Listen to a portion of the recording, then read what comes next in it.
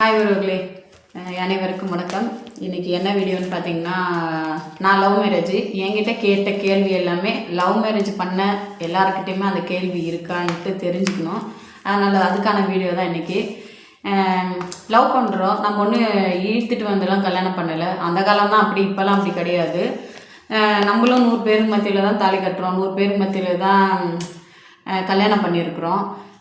ஏதோ சின்ன விஷயம்னு சொன்னால் கூட இந்த கூட்டு குடும்பத்தில் அந்த மாமனார் மாமியார் அவங்களாம் கூட சும்மா இருப்பாங்க. அந்த பின்னாடி இருக்கிறாங்க பார்த்தீங்களா, சில நம்மளை பிடிக்காதவங்க இருப்பாங்க, இல்லாமலாம் இருக்க மாட்டாங்க.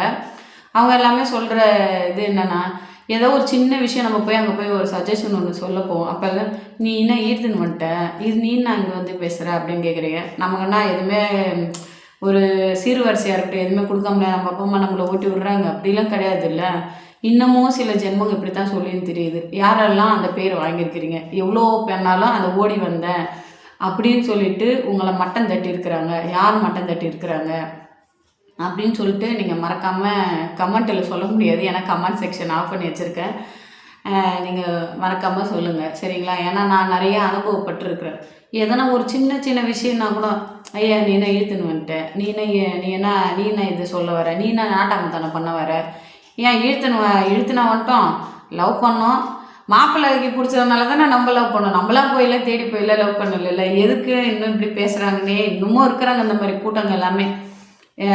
ஏன்னா அவங்களுக்கு ஏதோ ஒரு வன்மம் இருக்குன்னு நினைக்கிறேன் நம்ம மேலே. ஒருவேளை அவங்க பொண்ணை கல்யாணம் பண்ண அப்படின்னு நினச்சிருக்கலாம், இல்லை ஏதோ ஒன்று. ஏன்னா நானாக அனுபவிச்சிருக்கிறேன். என் சின்ன மாமியார் இன்னமும் சொல்லுவாங்க, நிறைய சொல்லி காமிச்சிருக்காங்க, இன்னும் அந்த பொண்ணு கருப்பாக இருக்குது, இந்த பொண்ணை ஏன் நீ கல்யாணம் பண்ண, இது நீங்கள் சொல்கிறதுல எனக்கு ஒரு பெரிய விஷயம் இல்லை.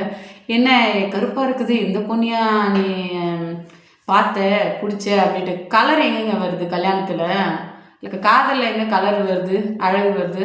மனசுக்கு பிடிச்சிருக்குதா, இவன் நம்மளை நல்லா பார்த்துப்பானா அப்படின்னு சொல்லிட்டு தான் நம்ம தோணி அவனை லவ் பண்ணுறோம். இல்லைன்னா நான் ஊரில் எங்கேயும் பொண்ணு கிடைக்காதனால தானே நம்மளை வந்து லவ் பண்ணாங்க. நம்ம லவ் பண்ணோம், நம்ம அவங்களுக்கு வாழ்க்கை கொடுத்தாங்க. அவங்க நம்மளுக்கு வாழ்க்கை கொடுக்கல, நம்ம தான் அவங்களுக்கு வாழ்க்கை கொடுத்துருக்கோம். இதில் கேள்வி வேறு, கருப்பு கலரு அப்படின்னு சொல்லிட்டு ஒரு கேள்வி வேறு வருது. என்ன ஒன்றும் சொல்கிறதுக்கு ஒன்றுமே கிடையாது, எங்கே போகுதுன்னே தெரிய மாட்டேங்குது. ஓகே, இந்த எக்ஸ்பீரியன்ஸ் யாருக்கெல்லாம் இருக்கோ அவங்களாம் டக்குன்னு லைக் பண்ணுங்கள், ஓகேங்களா? பாய் பாய்.